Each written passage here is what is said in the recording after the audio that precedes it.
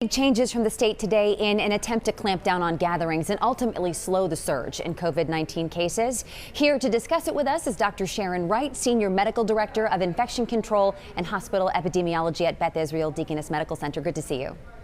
Good to see you. So maybe the biggest item here is masks being required in public, even if there is distancing.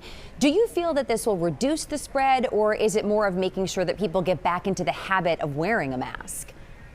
I think that it's really both.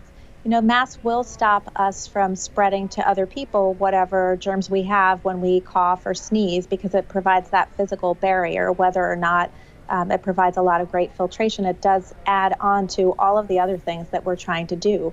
But in addition, I would just ask people to remember what's happening when they're up close and unmasked with others, because we all are, whether it's our family members or other people we gather with in the workplace as we move back there and other places as we move indoors.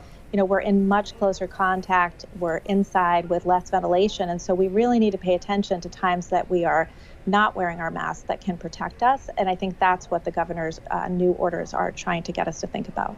The governor has said before that he can't exactly tell people what to do in their own home. But this new stay-at-home advisory, it goes from 10 p.m. to 5 a.m. It feels like it's geared partly at private gatherings at homes. Is the data showing that this is where these news cases are coming from, these small private gatherings? No, I think we'd have to talk to the Department of Public Health, but I do think that we know with COVID so far, and definitely from our history looking at influenza, that it transmits most effectively in the household setting. So people we have close contact with. And again, when you have gatherings in the home or inside at a restaurant or other building, people are usually eating together and drinking together and unmasked. And so those are things we really want to watch. And if you're together at a gathering like that, when you're not eating, I would encourage you to put your mask back on and think about the people who you're with, because you're also getting exposed to whoever they've been exposed to in other settings. We're hearing more lately about viral load, the amount of virus a person has in their system. Some new patients apparently have really high levels. Do we know how this higher viral load impacts a patient? Like, for example, could the symptoms be more severe?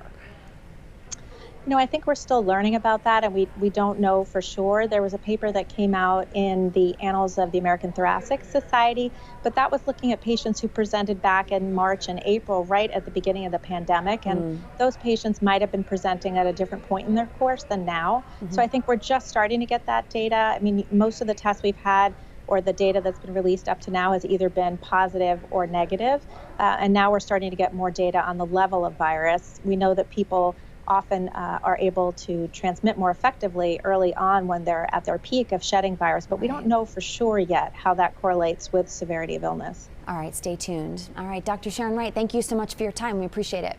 Thanks for having me.